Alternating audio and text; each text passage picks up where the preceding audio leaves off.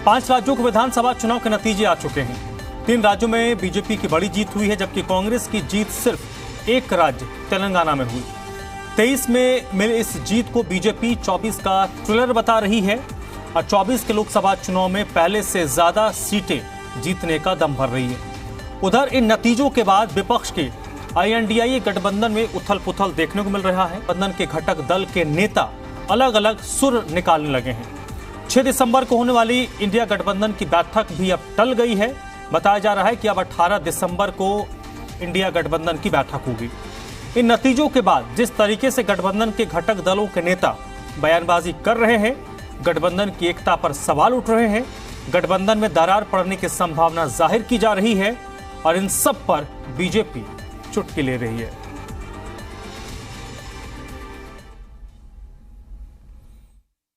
Team India के सभी घटकों को आत्ममंथन करने की जरूरत है। किस तरीके के आत्ममंथन की जरूरत है? क्योंकि आप कह रहे हैं कि आत्ममंथन की जरूरत है, तो क्या आम आदमी पार्टी को जरूरत है या सभी विपक्षी दलों को जो इंडिया गठबंधन में शामिल है? इस देश के अगर लोकतंत्र को बचाना है, इस देश की डेमोक्रेसी को आगे बढ़ाना है, तो मुझे लगता है आत्ममंथन सबको ही करना चाहिए।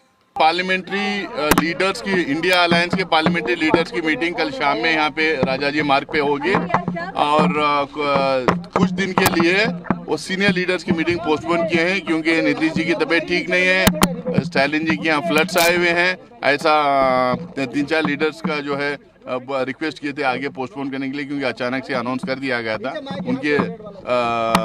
उनके पहले ही जो प्रोग्राम तय किए थे वो प्रोग्राम अटेंड करना था उनको, तो ये 1 हफ्ते के बाद में या ऐसा जो भी है टाइम फिर से रीशेड्यूल करके मीटिंग करेंगे। देखो, ये जो फिर गठबंधन की बात आ रही है, उसकी मीटिंग की बात हो रही है, कैंसिल हो रही है, लेकिन एक बात समझ लेना चाहिए कि 24 के चुनावी चौपाल पर भी ये चारों खाने चित होंगे और 24 के चुनावी चौपाल पे भी इनको 424 का झटका, बुरी तरह से झटका लगने वाला है।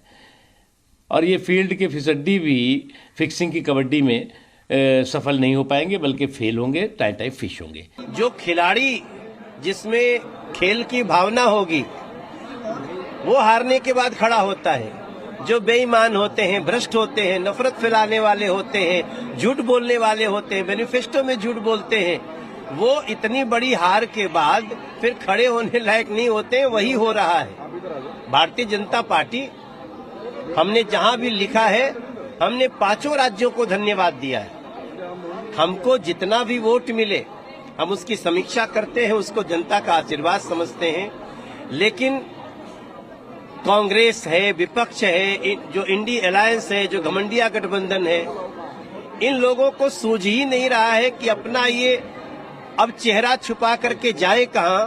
मुझे लगता है अगर ये लोकतंत्र का महत्व समझते, इज्जत करते, तो आज इनको ये स्थिति देखनी नहीं पड़ती। मुझे लगता है कि अब ये जो इंडिया अलायंस है उसके आपस में इतनी खाइयां हो गई हैं, क्योंकि हर दल एक दूसरे को हार का जिम्मेदार बता रहा है। तो जहां हार के ठीकरे फोड़े जाते हैं वो लोग चकनाचूर हो जाते हैं।